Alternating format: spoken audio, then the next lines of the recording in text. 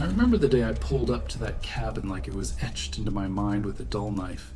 It was late June last year, the kind of humid afternoon where the air clings to your skin and the cicadas drone on endlessly, making the world feel both alive and oppressively still.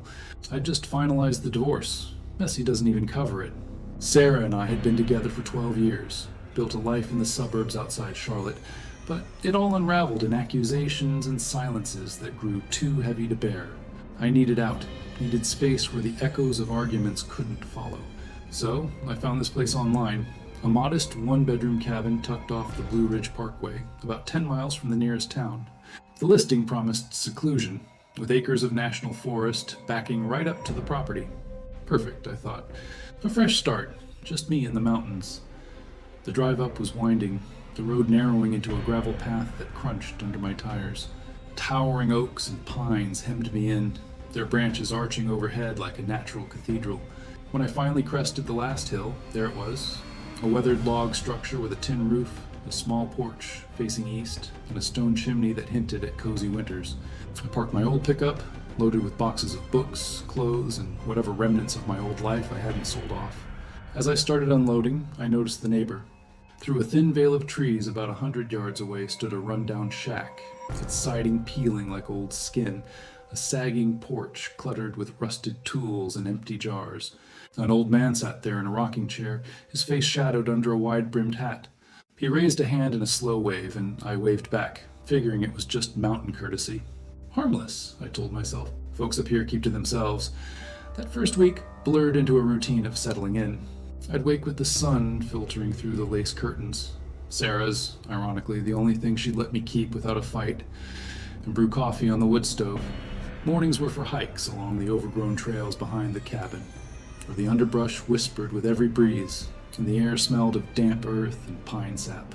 Afternoons, I'd tinker with the place, fixing a leaky faucet, stacking firewood from the fallen branches that littered the yard. Evenings brought a quiet I'd craved, sitting on the porch with a book, watching the fireflies dance in the twilight.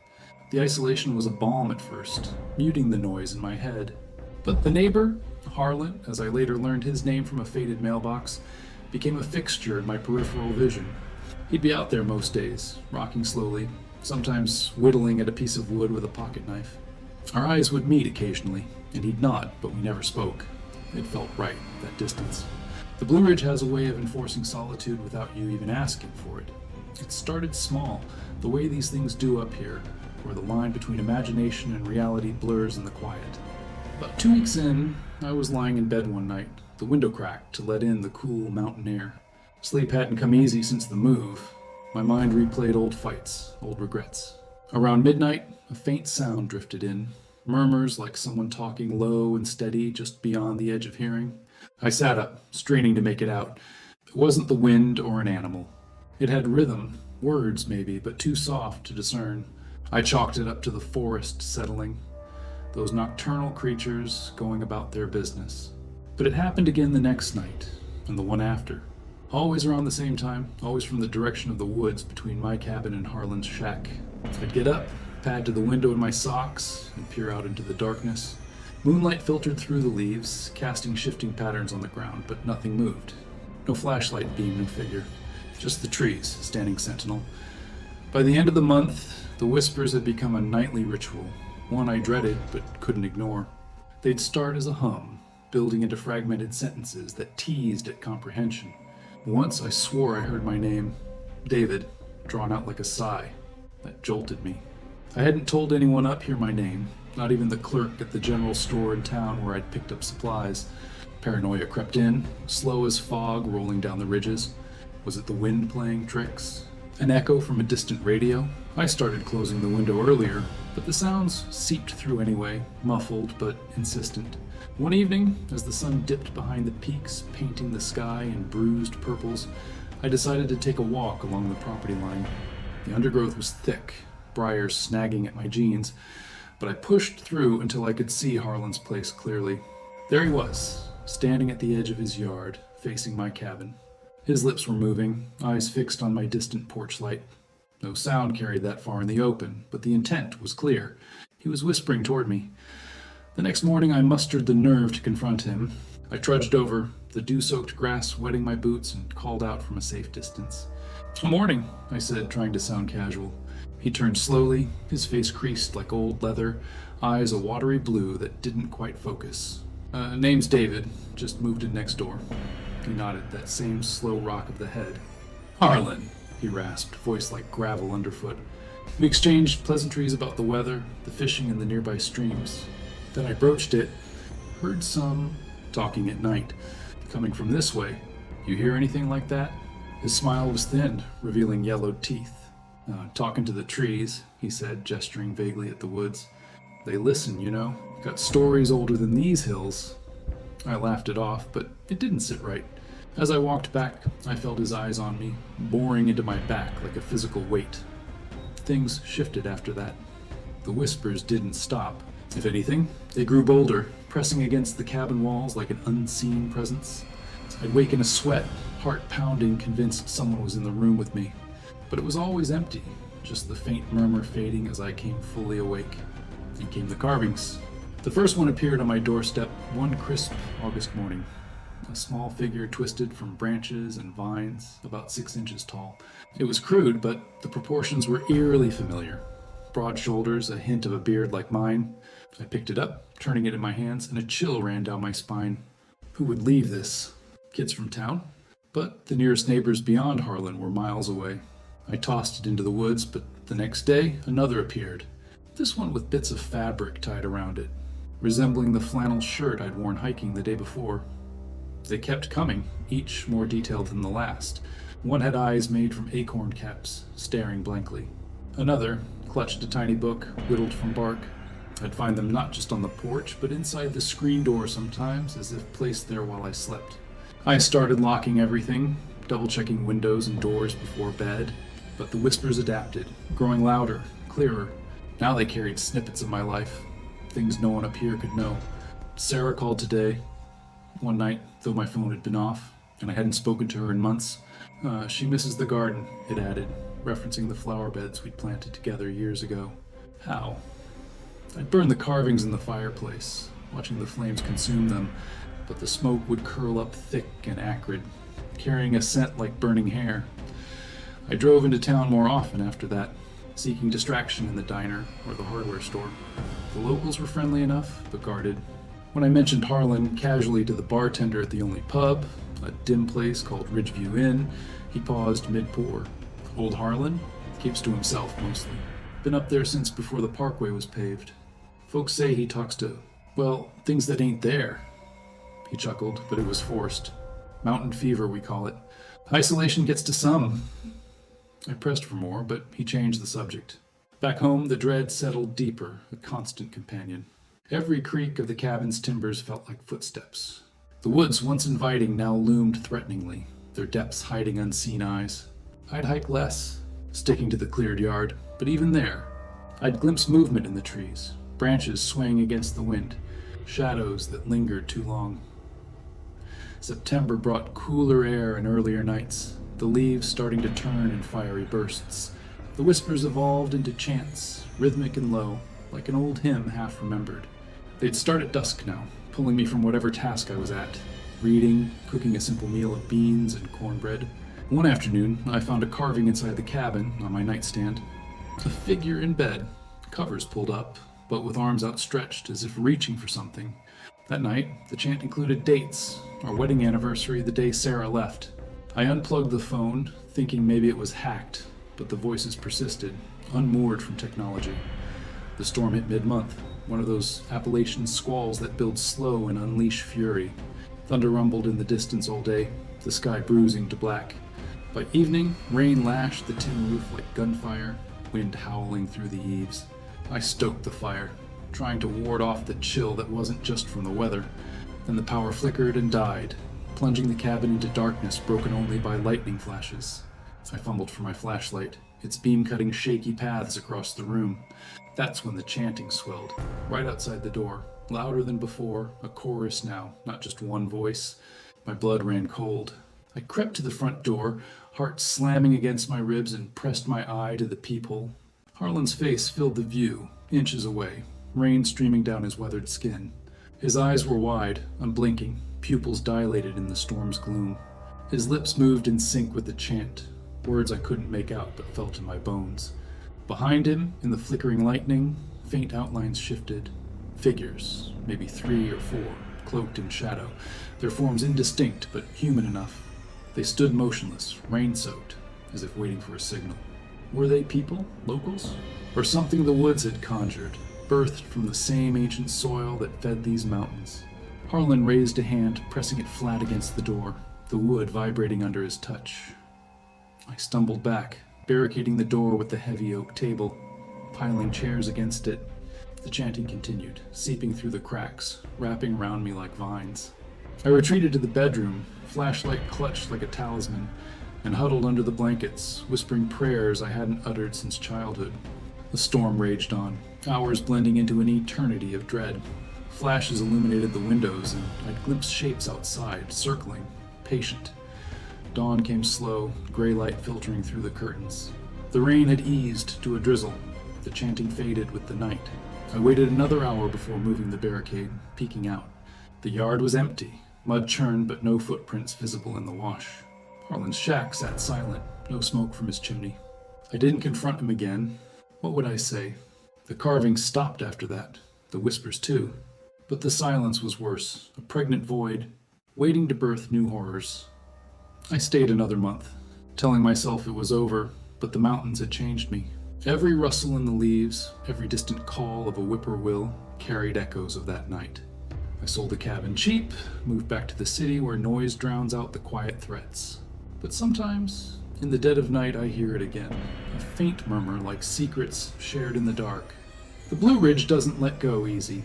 It keeps its whispers, and I wonder if Harlan's still out there, talking to the trees, waiting for the next lonely soul to listen. Graduating college felt like slamming a door on one chapter and fumbling for the key to the next. I'd majored in environmental science, dreaming of fieldwork in remote places, but the job market spat me out into a sea of entry-level gigs that paid just enough to scrape by. So when I found that rental listing, a small house perched along the Blue Ridge Parkway in Virginia, it seemed like fate. Affordable, isolated, with views that could make you forget the student loans piling up. I packed my beat-up Subaru with everything I owned. A few boxes of books, my laptop, some camping gear from undergrad trips, and a sense of optimism that hadn't yet curdled.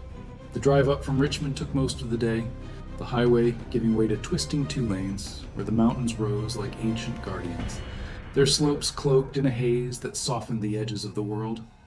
Pulling into the gravel driveway that first evening, I felt a rush of relief. The house was modest, a single-story clapboard with a screened porch painted a faded blue that blended into the sky on clear days. It sat on a half-acre lot, backed by dense forest that spilled down into a valley. The Blue Ridge Parkway ran parallel just a stone's throw away, its scenic overlooks drawing tourists in summer, but this stretch felt forgotten, the kind of place where locals nodded knowingly about getting away from it all.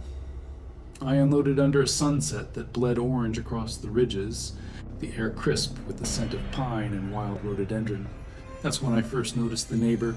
Her house was adjacent, separated by a weathered wooden fence overgrown with ivy.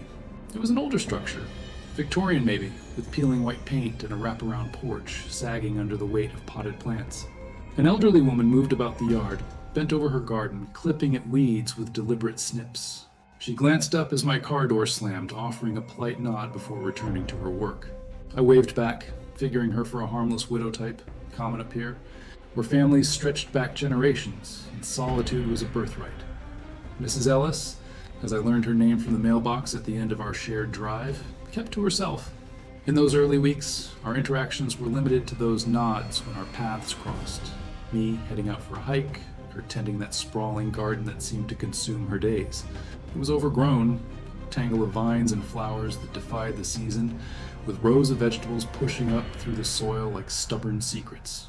She'd be out there from dawn till dusk, gloved hands digging, weeding, harvesting.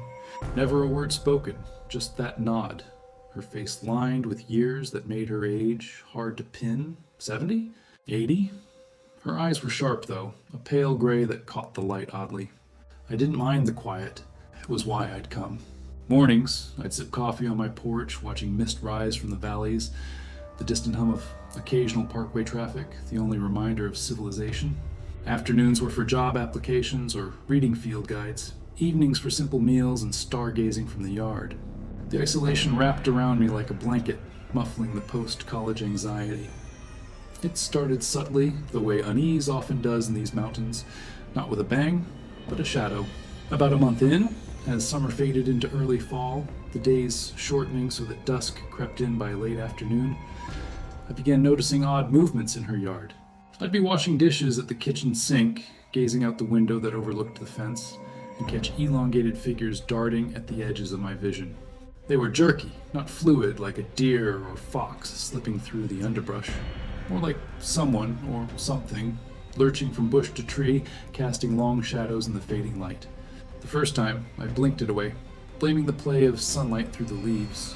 Wildlife was plentiful here, black bears, coyotes, even the occasional bobcat. But as the evenings grew cooler, the sightings persisted. I'd pause mid-task, staring harder, but by then, whatever it was had vanished, leaving only the rustle of leaves settling. One afternoon, the air heavy with the promise of rain, I was out back splitting firewood I'd gathered from the forest edge, a chore that grounded me, the rhythmic thunk of the axe chasing away idle thoughts. Glancing up to wipe sweat from my brow, I saw her silhouette in her kitchen window. Mrs. Ellis stood motionless, framed by the glass, her gaze fixed on me with an intensity that made my skin prickle. It wasn't a casual glance.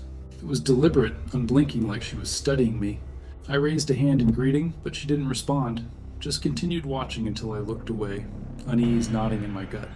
That night, sleep came fitful, the house creaking in the wind as if settling deeper into the earth. Around 2 a.m., a new sound pulled me awake.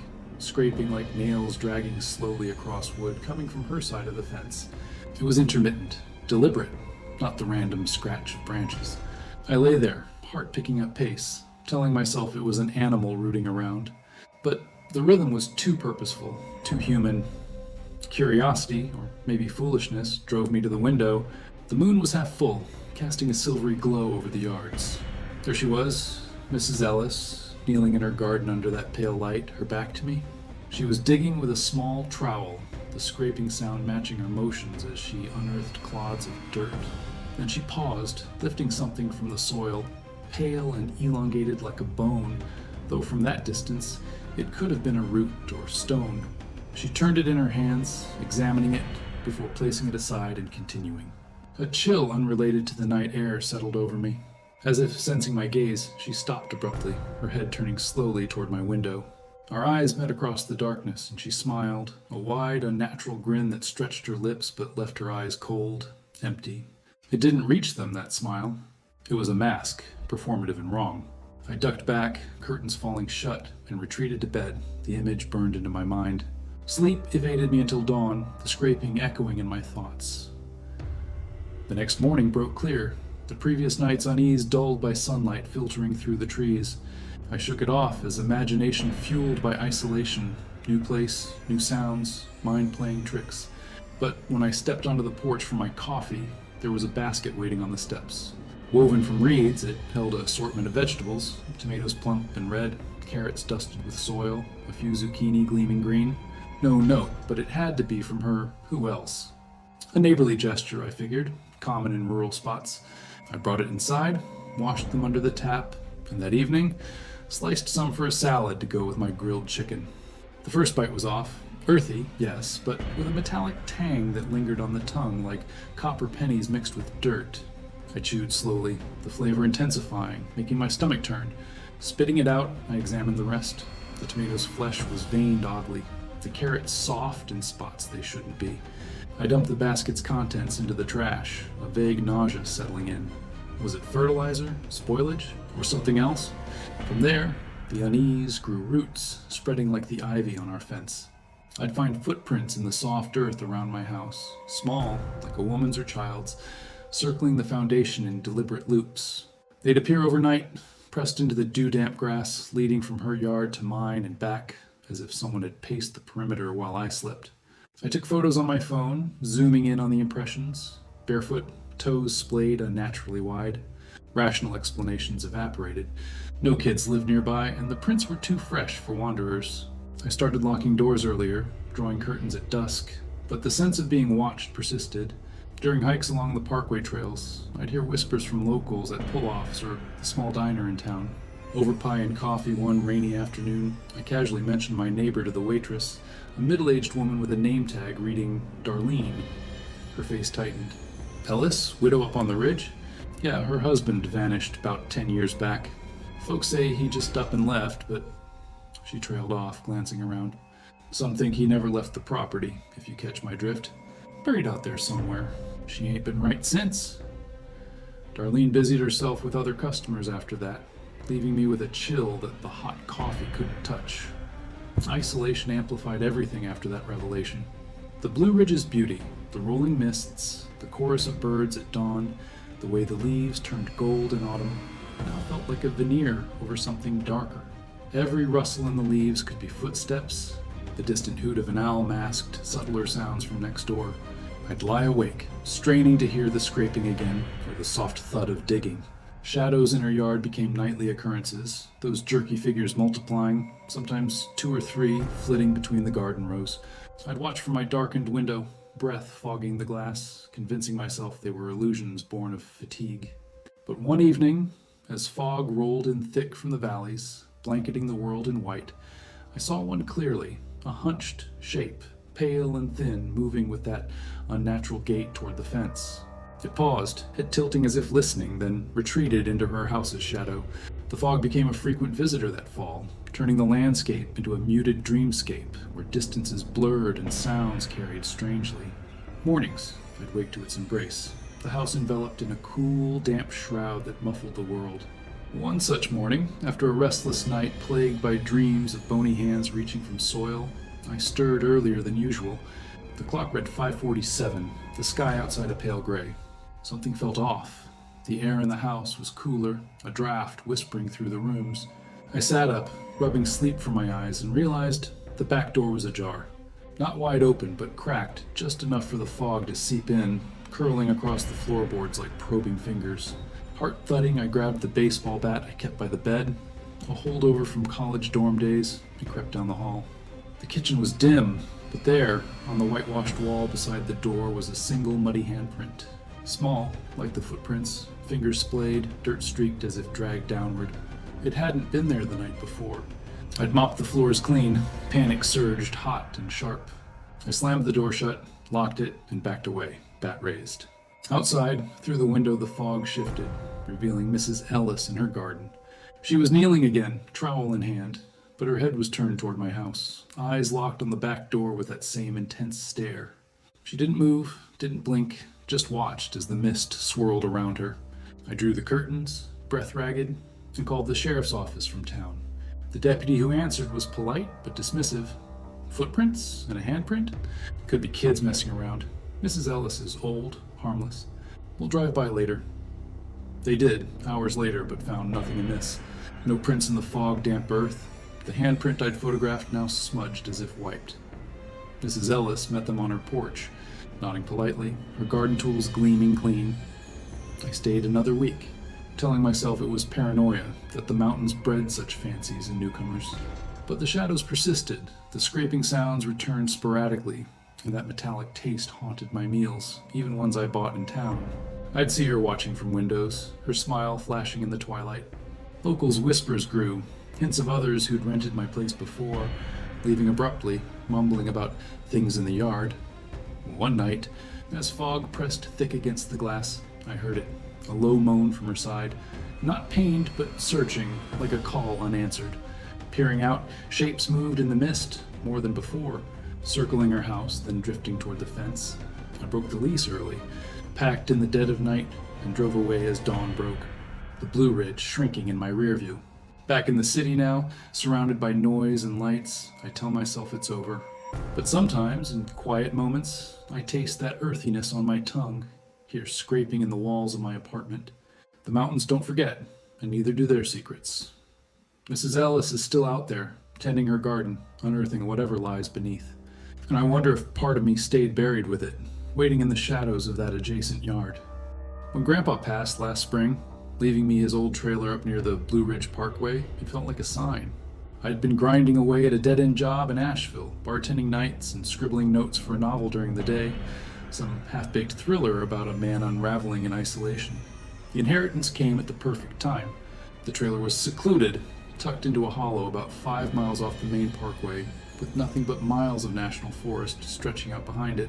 No neighbors for company except one up the hill, and even he was far enough that his place looked like a distant smudge through the trees. I packed my laptop, a stack of notebooks, and whatever clothes fit in my duffel, figuring the quiet would finally let the words flow. The drive up was peaceful, the road winding through mist-shrouded ridges, the air growing cooler and sharper with every turn. By the time I pulled onto the rutted dirt path leading to the trailer, the sun was dipping low, casting long shadows that danced across the overgrown yard. The trailer itself was a relic from the 70s, aluminum siding faded to a dull silver, a small porch Grandpa had added himself, complete with a creaky swing. Inside it smelled of old wood and faint tobacco, his pipe still resting on the kitchen counter like he'd just stepped out. I spent the first few days cleaning up, sweeping out dust bunnies, airing out the musty curtains, stocking the tiny fridge with groceries from the general store in town. Mornings, I'd hike the trails nearby, the crunch of leaves underfoot and the distant call of crows the only sounds.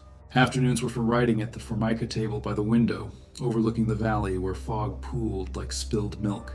Evenings brought a profound stillness, the kind that made you aware of your own breathing. It was exactly what I'd needed after years of city noise, solitude without the loneliness, or so I thought. That's when I first really noticed the neighbor up the hill.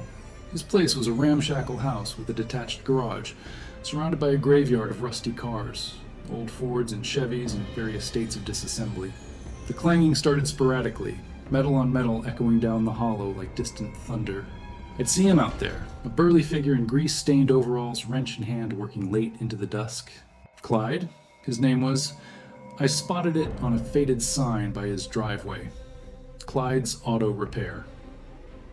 He seemed gruff, but ordinary, the type of mountain man who'd lived his whole life in these hills. Our first encounter was brief. I was out splitting firewood one crisp morning when he drove by in his pickup, slowing to a crawl. He leaned out the window, face weathered and bearded, eyes squinting against the sun. "You kin to Old Man Harlan?" he asked, voice rough as gravel. I nodded, introducing myself as his grandson. "Good man, your granddad." Kept to himself. He nodded once and drove on, the truck rattling up the hill. Harmless, I figured. Folks up here valued their space, but as weeks turned into a month, that sense of space started to feel invaded. It began with the feeling of being watched, a prickle on the back of my neck while I typed away, like eyes boring into me from afar. I'd glance up from my screen, scanning the tree line, but see nothing. Then one afternoon, as I stepped out for a smoke on the porch, sunlight glinted off something up the hill. Binoculars, maybe, from his garage window. It was quick, a flash, and when I waved instinctively, the glint vanished like he ducked away. I shook it off as paranoia. Maybe he was birdwatching or checking on his property. The Blue Ridge had a way of amplifying small things, turning solitude into suspicion. But it happened again a few days later, this time at twilight. I was grilling a burger on the small charcoal pit Grandpa left behind, the smoke curling lazy into the cooling air, when that same gleam caught my eye. Binoculars, definitely trained right on my yard. I stared back, but again, it disappeared. Unease settled in my gut, mild at first, like indigestion from bad coffee. The gifts started soon after, ratcheting up the weirdness. The first one appeared on my steps one foggy morning. A small brown package, no label, tied with twine. Inside was a photo, yellowed at the edges. Me as a kid, maybe 10, standing with Grandpa on a fishing trip. It was from an album I'd brought with me, one I'd unpacked and left on the bookshelf inside. How? I hadn't noticed it missing. I turned the trailer upside down that day, checking drawers and closets, but everything else was in place. A prank? But who? Town was too far for kids to hike up here. I tossed the photo in the trash, but sleep evaded me that night, the trailer's thin walls creaking with every gust of wind. The next gift came a week later. My scarf, the wool one I'd lost on a hike 2 weeks prior. I'd searched the trail for it, figuring it snagged on a branch, but here it was, neatly folded in another anonymous package on the porch. It smelled faintly of motor oil, a scent that twisted my stomach. Someone had been in my things, or at least close enough to retrieve what I'd lost. Panic flickered then, but I tamped it down with logic. Maybe Clyde found the scarf on his property. The trails overlapped somewhat. But the photo? That meant entry, violation. I started locking the trailer religiously, even during short walks, and double-checked windows before bed. Still, the feeling of surveillance grew. I'd hear footsteps at odd hours, slow, methodical crunching on the gravel outside, circling the trailer around midnight. The first time, I bolted upright in bed, heart hammering, grabbing the flashlight from the nightstand. Shining it out the window revealed nothing but shadows and the dark hump of the hill. No one there. But the steps had been real, deliberate, like someone pacing, observing. I told myself it was wildlife. A deer, maybe, or a bear rummaging. But bears don't circle methodically, and deer flee at noise. Desperate for proof, I drove into town and bought a cheap trail camera from the hardware store, the kind hunters use, motion activated with night vision.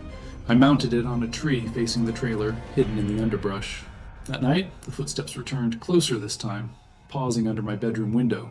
I lay frozen, listening as they resumed, fading toward the hill. Morning came with dread. I retrieved the camera's SD card and plugged it into my laptop.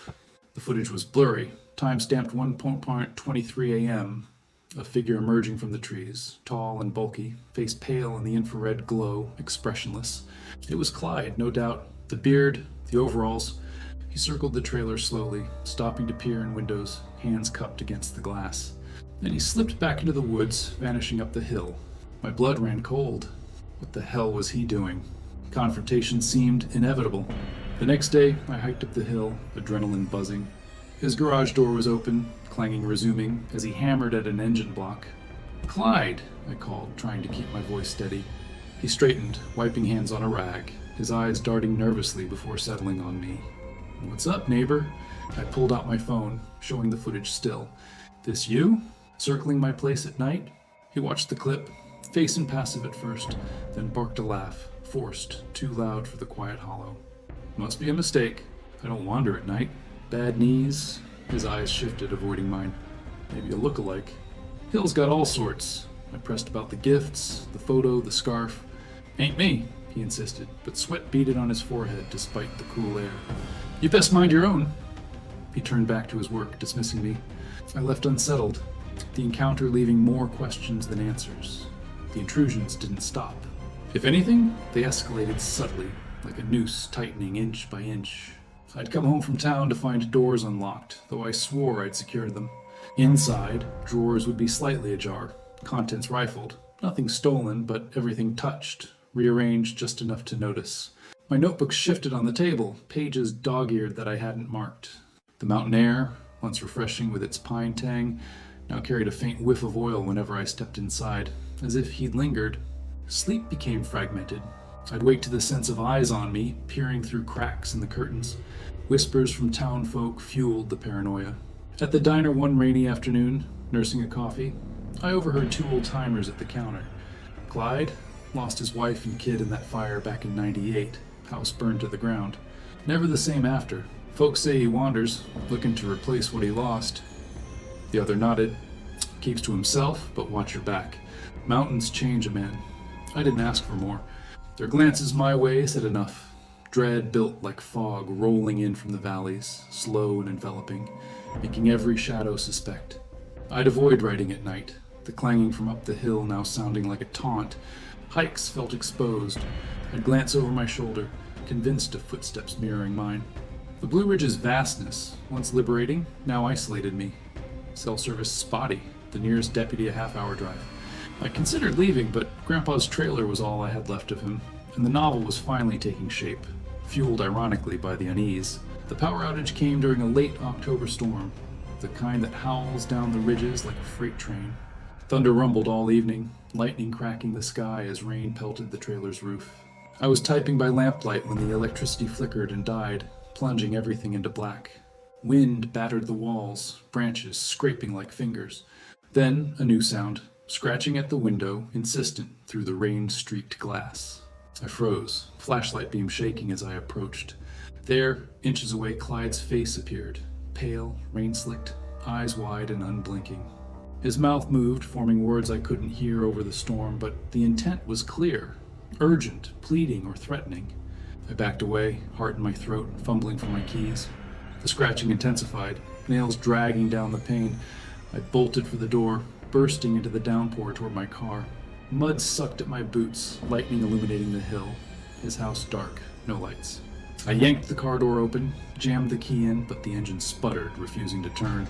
Popping the hood in the rain, I saw it. Wires tampered with, frayed, and pulled. Panic surged. I screamed for help, but the vastness swallowed it, rain drowning the echoes. Footsteps squelched behind me, Clyde emerging from the trees, expressionless, hands outstretched. I ran back inside, barricading the door with furniture, huddling in the corner with the bat. The scratching resumed, circling, persistent through the night. Dawn broke gray and sodden, the storm passed. No sign of him outside. The car wires intact as if I'd imagined the sabotage. I fixed it with trembling hands and drove away that day, leaving most of my things behind.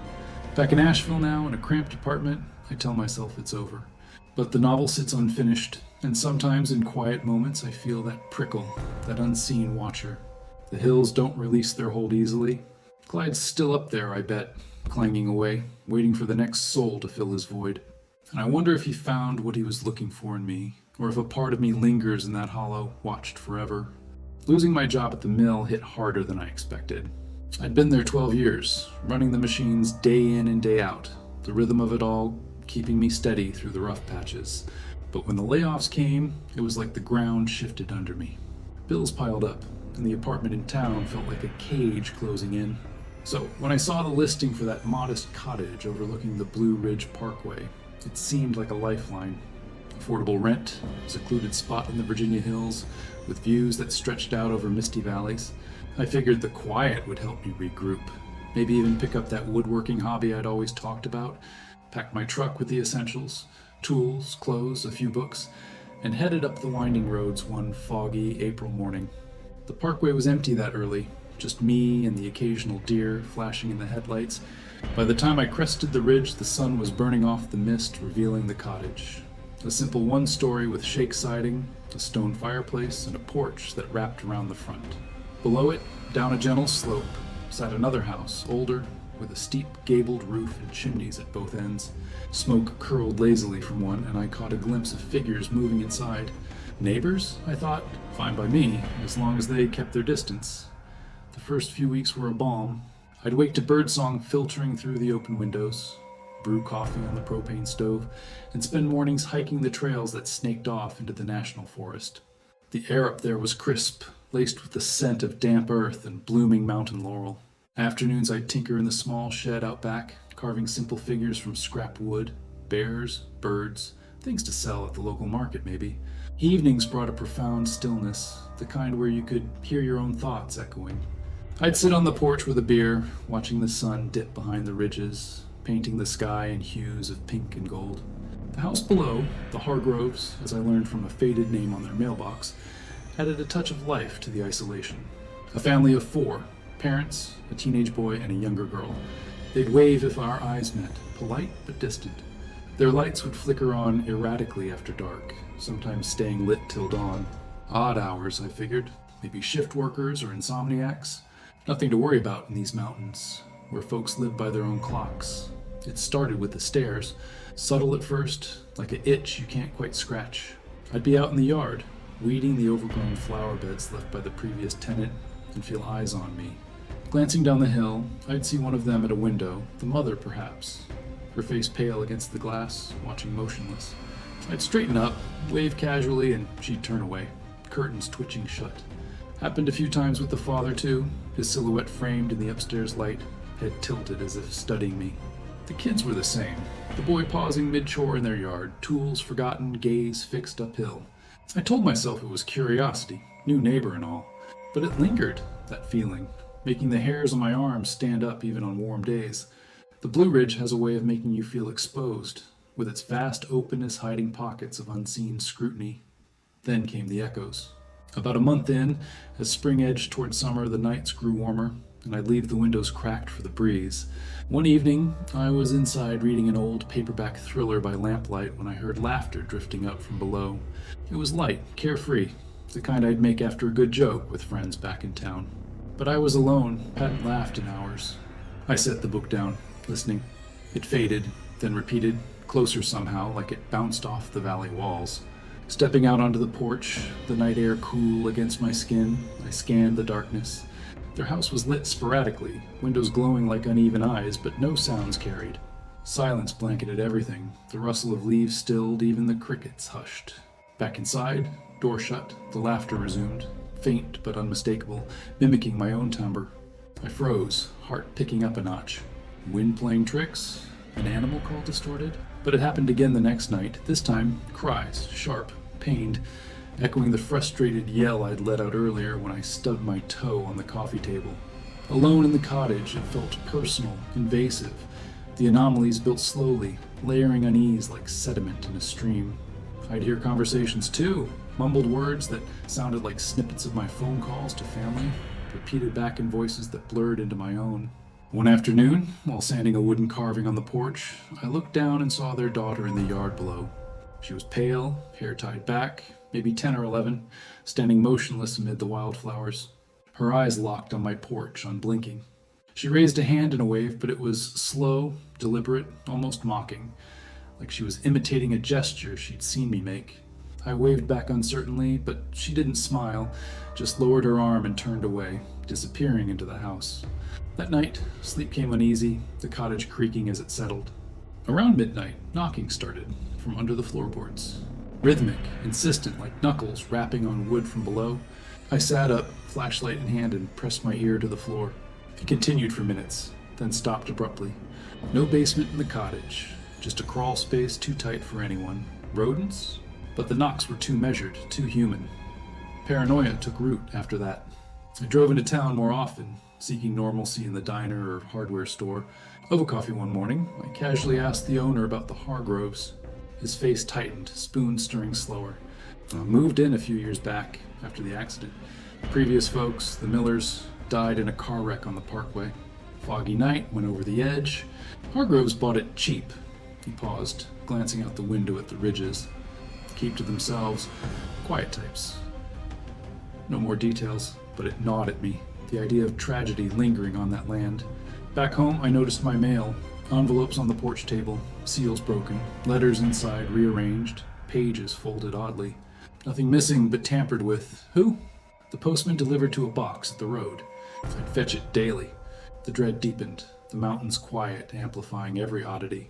Their dog, a mangy hound I'd seen chained in their yard, barked only at me now, low and warning whenever I stepped outside, ignoring birds or squirrels. Shadows in their windows seemed to multiply at dusk, more figures than a family of 4 should cast, shifting unnaturally. I confronted them one overcast afternoon, hiking down the slope, heart thudding. The father answered the door, his wife and kids materializing behind him like summoned ghosts. "Something wrong?" he asked, voice even. I mentioned the stairs, the echoes, the mail. They denied it all, smiles appearing in unison.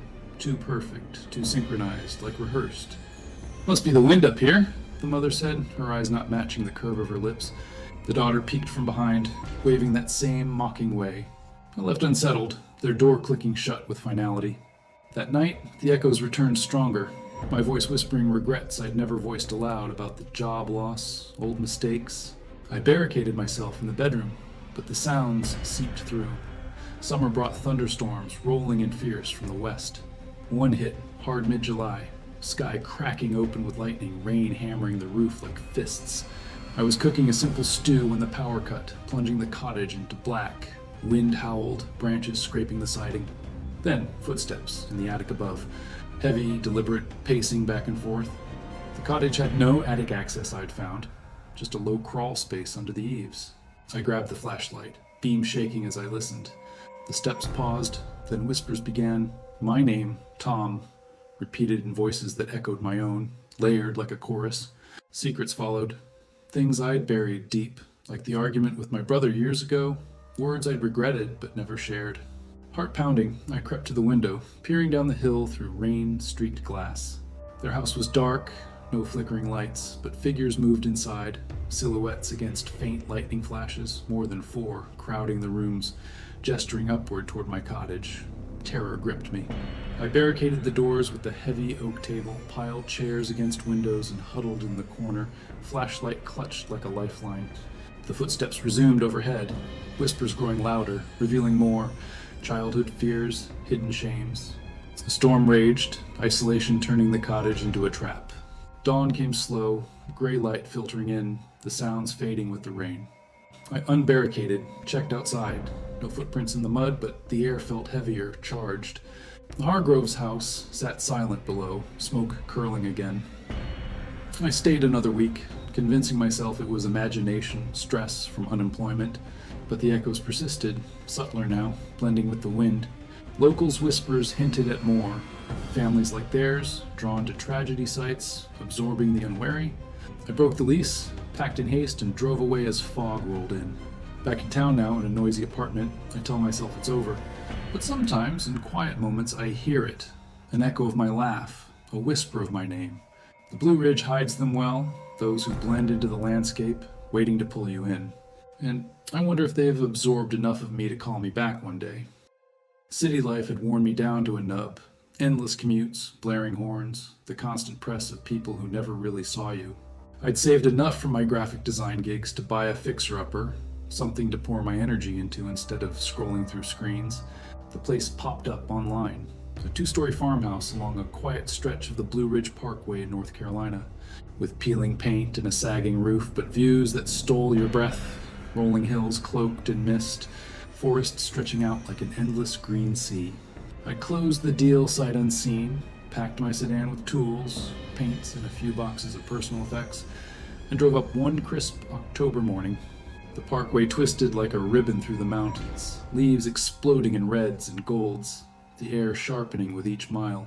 By afternoon, I pulled into the gravel drive, the house standing sentinel at the edge of a narrow road, flanked by dense woods.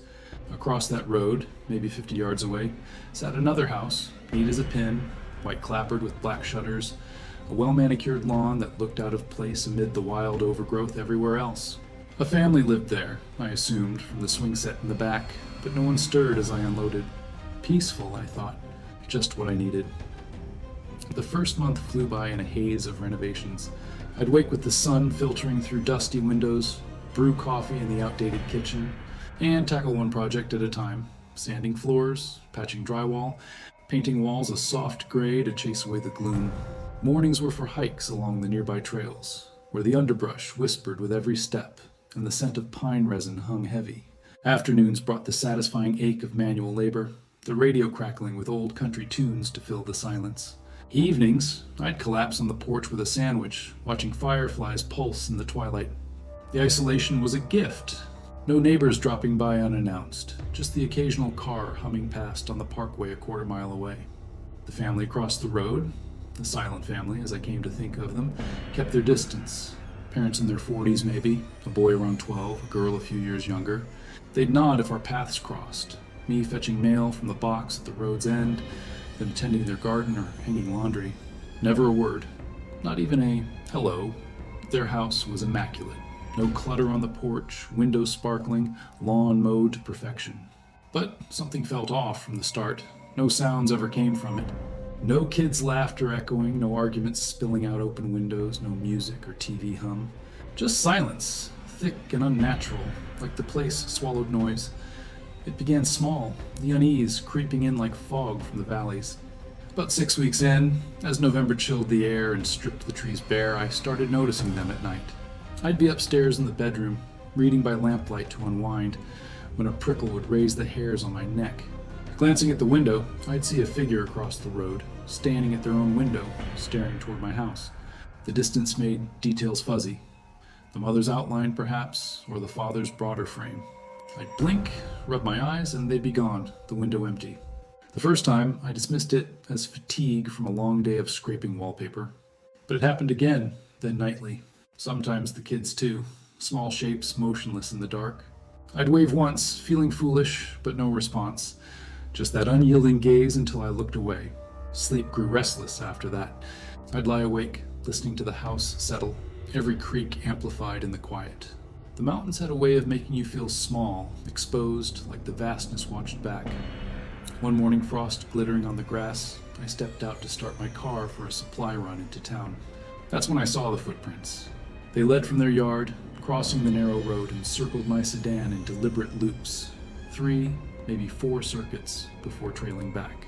The prints were varied, larger ones, like a man's boots, smaller like a woman's or child's, all barefoot in spots where the gravel gave way to dirt.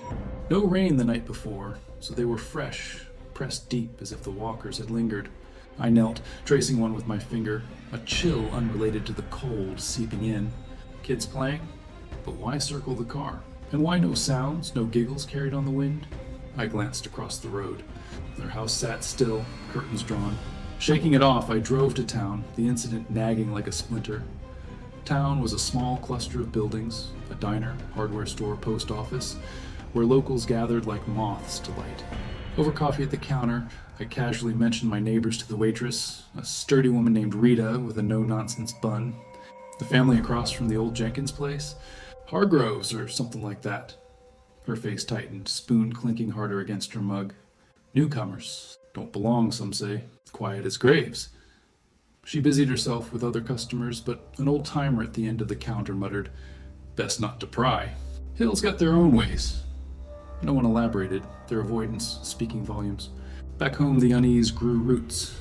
That afternoon, as I painted the living room, I caught myself whistling an old tune, something from my childhood, half remembered. Hours later, at dusk, faint humming drifted from across the road, the same melody, note for note. I froze, brush dripping, and stepped to the window. No one visible, but the hum continued, soft and insistent, matching my pitch perfectly. Wind? Echo? But the air was still. No breeze stirring the bare branches. Dread became a constant companion, palpable in the mountain air where every rustle could be them approaching. I'd avoid looking across the road during the day, but at night the stares persisted, figures at windows vanishing with a blink. I installed motion sensor lights around the house, the kind that flood the yard with harsh white beams. They worked at first, triggering for deer or raccoons, casting long shadows that danced wildly. But soon, they'd flicker out during my watches, bulbs dimming as if drained, even fresh ones. One foggy evening, the mist thick as soup rolling up from the valleys, I glanced out and saw them all on their porch. The whole family, lined up shoulder to shoulder, facing my house. As I moved, pacing the room, raising a hand to the glass, they mimicked, their motions synchronized, echoing my gestures from earlier that day, the way I'd stretched after painting, the tilt of my head while thinking. Panic surged, hot and sharp. I drew the curtains, heart racing, but their presence lingered like a shadow. The journal was the tipping point. I'd kept one since moving in, scribbled thoughts on renovations, ideas for designs, personal reflections to sort my head. Kept it in the nightstand drawer, nothing fancy. One evening, flipping through to add an entry, I noticed the handwriting shift. Pages I'd written were altered. Words rearranged, sentences rewritten in a script not mine, but close enough to unsettle. My entry about missing city lights became a lament for silence. My notes on the house's quirks twisted into observations about watching, waiting. Nothing added overtly threatening, but the invasion chilled me deeper than any cold snap. Who? How? The door had been locked. No signs of break-in. I burned the journal in the fireplace that night, watching flames consume the pages, smoke curling thick and acrid. Winter deepened, days shortening to stubs of light. Blackouts came frequent up there, storms knocking out power lines strung through the trees. One hit hard mid-December, wind howling like banshees, snow flurrying against the windows. I was huddled by the fire, lantern flickering, when the scratching started at the door, soft at first like branches, but persistent, nails dragging slow across wood. Heart in my throat, I approached, lantern raised. The scratching paused, then resumed lower at the keyhole. Kneeling, I peered through. An eye stared back, unblinking, iris a familiar brown like mine, but wrong, devoid of warmth. It held my gaze, pupil dilating in the dim light. I recoiled, scrambling back, the scratching intensifying, now at windows too.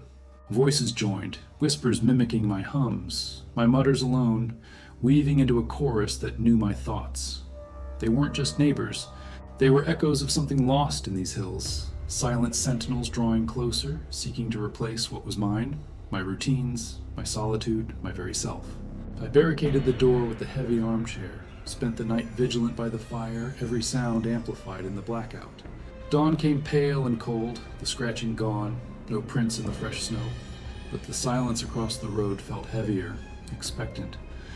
I lasted till spring, telling myself it was cabin fever, imagination run wild. But the mimics persisted, footprints reappearing, hums echoing my tunes, stares that vanished with a blink. Locals' mutters grew, hints of families like theirs, newcomers absorbing the land's quiet, pulling in the lonely. I sold the place cheap, packed in haste, and fled down the parkway as buds greened the trees. City noise envelopes me now, a buffer against the quiet. But sometimes, in still moments, I hear a hum matching my breath, feel an eye on my back. The Blue Ridge doesn't forget its echoes. They linger, waiting to draw you into their vigil.